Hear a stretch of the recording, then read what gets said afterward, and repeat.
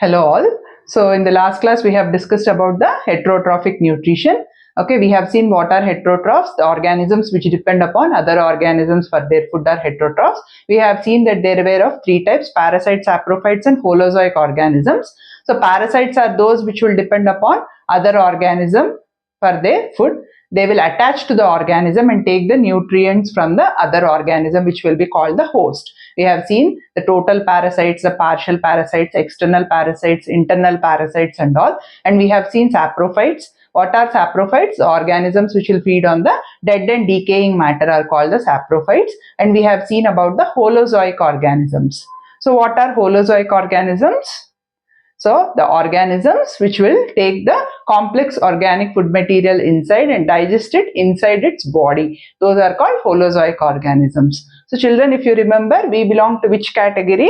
Yes, so we belong to holozoic category. Okay, so today let us move on and learn a very important concept, that is nutrition in amoeba. Nutrition in amoeba. So this is a very important question, and it is a definite question usually that will be asked. It's very simple. So amoeba, if you remember in the lower class also we learnt about amoeba. So amoeba is, what is amoeba? Amoeba is a single-celled eukaryotic organism. So what it is? It is a single-celled and it is eukaryotic organism. Children, you remember what is a eukaryote?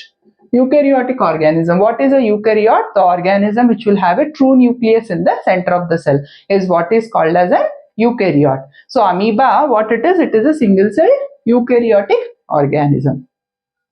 Then the nutrition in amoeba is holozoic, like humans only. But because this is a simple unicellular organism, it will not have all the parts like what we have in our digestive system. So entire digestion will be taking place through the body surface only. Okay, because it is just a single-celled organism. There will not be any parts separately for digestion. Then next, so the type of nutrition is holozoic. Then it will take its food with the help of pseudopodia. Okay, if you can see here, so these extensions which are there, those are called the pseudopodia, or they are called the false feet. So the food will be gathered with the help of these pseudopodia, which are the finger-like projections found in amoeba. So amoeba, where it will be present? It is present in the marine water. Okay, it is present in the marine water, and fresh water is the habitat. So in water it is found, and you can see amoeba only under the microscope. So this amoeba, okay, what it will do? It will take its food with the help of pseudopodia. So in the diagram you can see, so these are the pseudopodia, the extensions that are there. So amoeba diagram, you can draw it any because all extensions you can give in different directions and draw. So these extensions are called the pseudopodia. So you can see some food particles are there in and around the amoeba. So what it will do? It will extend this pseudopodia around the food particles. You can see the extensions. So it will extend the pseudopodia around the food particle and then trap it inside a food vacuole, and it will lodge all the particles that are there inside its cytoplasm in the form of what is called as a food vacuole. So this process of taking in the food from outside, is what is called as endocytosis. It is called endocytosis. So endocytosis, cyton means cell. Endocytosis means taking something inside the cell. So endocytosis is the process, or it is also called phagocytosis. So by this process, whatever the particles that are present outside, it is engulfing them with the help of the pseudopodia and dragging them inside the food vacuole into its cytoplasm. Then what will happen? So this food vacuole consists of many digestive enzymes. So all those digestive enzymes will break off the complex material that has been taken inside, and then it will be diffused into the cytoplasm. Inside the cytoplasm it will be diffused, and the undigested food that is left over in the food vacuole, as you can see here, will be ejected out through the body surface. It will be ejected out through the body surface. Okay, so the food vacuole which is having the undigested waste will come to the surface. It will burst open and will release the undigested waste outside. So the entire process of taking in the food and giving out the waste material is through simple diffusion. Okay, So if you remember diffusion, the particles move from higher concentration to lower concentration. So when food particles are more outside compared to the cytoplasm, it will drag the food particles inside, and the waste products, when they are more inside, it will be sending them outside. So this is a simple diffusion process, okay, that will be operating in amoeba. Okay, so pseudopodia will engulf the food particles and it will form a food vacuole. The process is called endocytosis or phagocytosis. Okay, then the food vacuole will have what it will have? Digestive enzymes, which will break down all the food materials into tiny particles.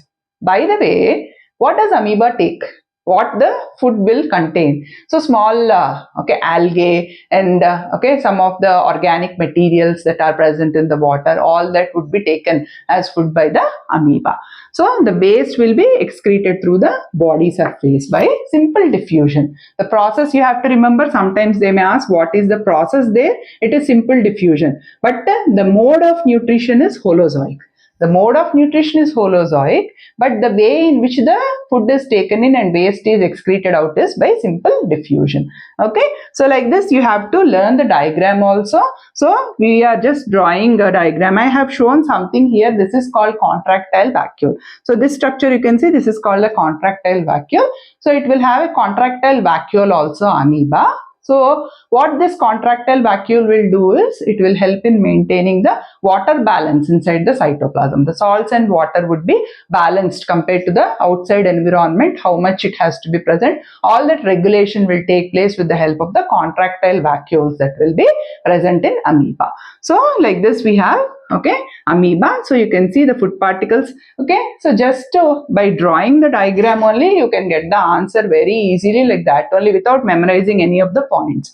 So just the particles are there. Pseudopodia are getting surrounded. They are surrounding the particles actually, and they are dragging the food particles inside as a food vacuole, and finally the waste is getting excreted.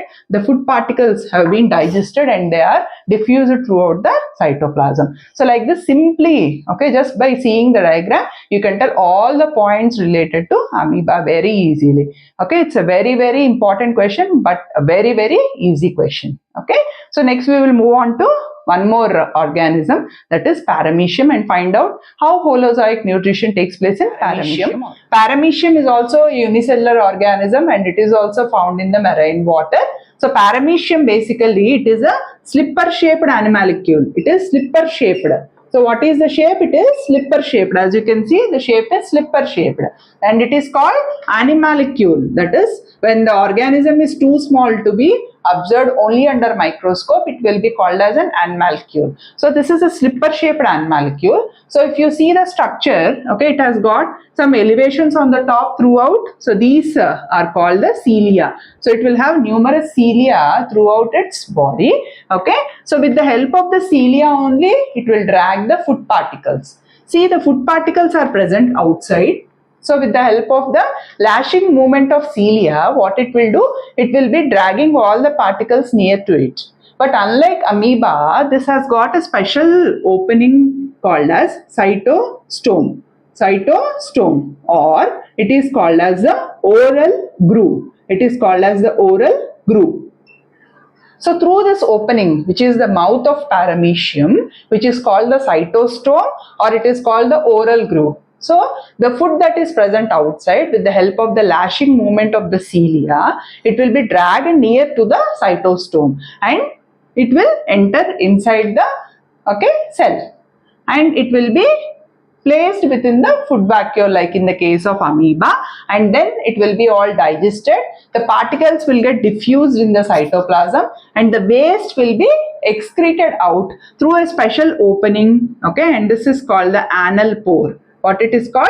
It is called the anal pore, or it is called the cytoproct. It is called the cytoproct.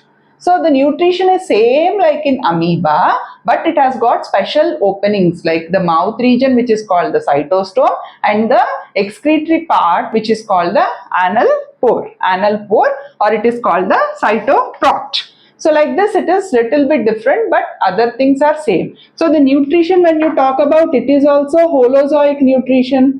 Okay, it is also holozoic nutrition, and the process is again simple diffusion process only. The method is the same. It is the food material is getting distributed inside the body by the process of diffusion. Waste is also getting excreted out. So I have drawn two structures like this. These are the nucleus. So this is also nucleated like amoeba. So there will be one macronucleus and one micronucleus. The big one is called the macronucleus. The small one is called the micronucleus. And also I have drawn something here. So this is the contractile vacuole. Okay, so I told what is the function of the contractile vacuole. It will help in regulation of the water and salt content inside the cell. So the amoeba as well as paramecium, both of these contain contractile vacuole. So when we talk about nutrition in paramecium, you can say that the nutrition is holozoic. It is a simple slipper shaped animalcule with the help of the lashing movement. What is the movement called?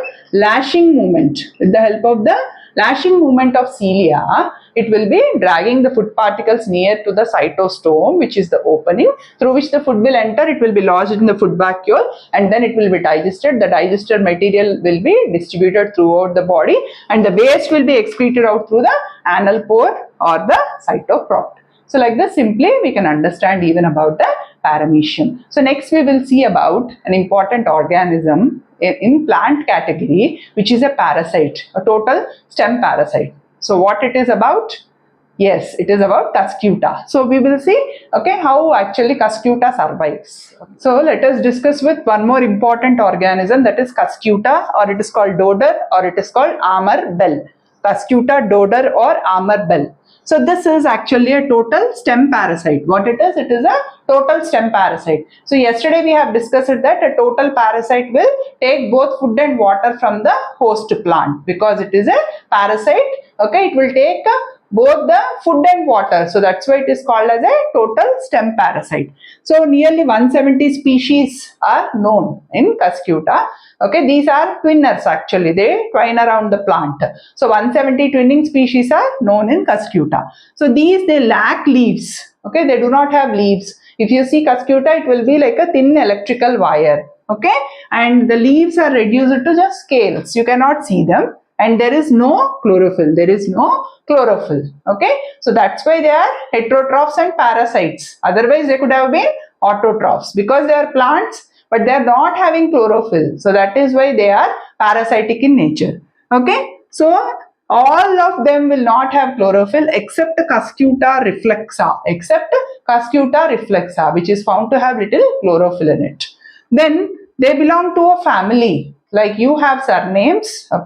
Okay, as I am Madhavi Donakonda, like that, okay, they also belong to a family and their family name is Morning Glory. Their family name is Morning Glory, or it is Convolvulaceae. What it is? It is Convolvulaceae. Okay, so how they will be when you look at the wire-like structures, they can be yellow in color, they can be brown in color, they can also be pink in color, like different colors they exist in, and they will be just wire-like and they'll have bell-shaped flowers. So if you see the flowers, little bit like bell, a small bell-like structures will be found. So whenever you go out, if you have a chance of seeing cuscuta, you see how the flowers look like. They will be bell-shaped and also they will form the seeds also. The flowers will also form the seeds.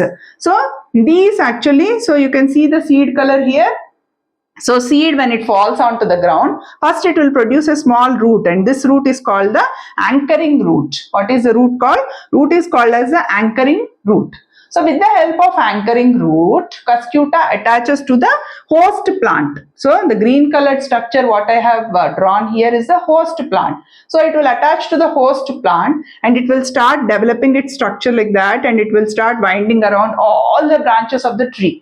Okay, all complete branches, it will cover it off like a net totally. And so when it covers, it will start taking the nutrients and water from the host by using structures which are called the hostoria. These are called the hostoria or they are called the sucking roots. So with the help of these sucking roots, it will penetrate the sucking roots deep inside the xylem and phloem of the host plant and it will drag all the nutrients inside. So like that, okay, it is totally parasitic, so it has to obtain all the nutrients from the host. Children, remember that parasites are usually harm the host and sometimes they may kill the host also. So let it be external, internal, total, partial parasites, any of them are totally harmful because they all derive the nutrients from the host. Okay, so the roots are called, sucking roots are hostoria. So once the plant develops and once the hostoria develop, the anchoring root will vanish off. There is no need for the anchoring root anymore, and the plant will just survive like that on the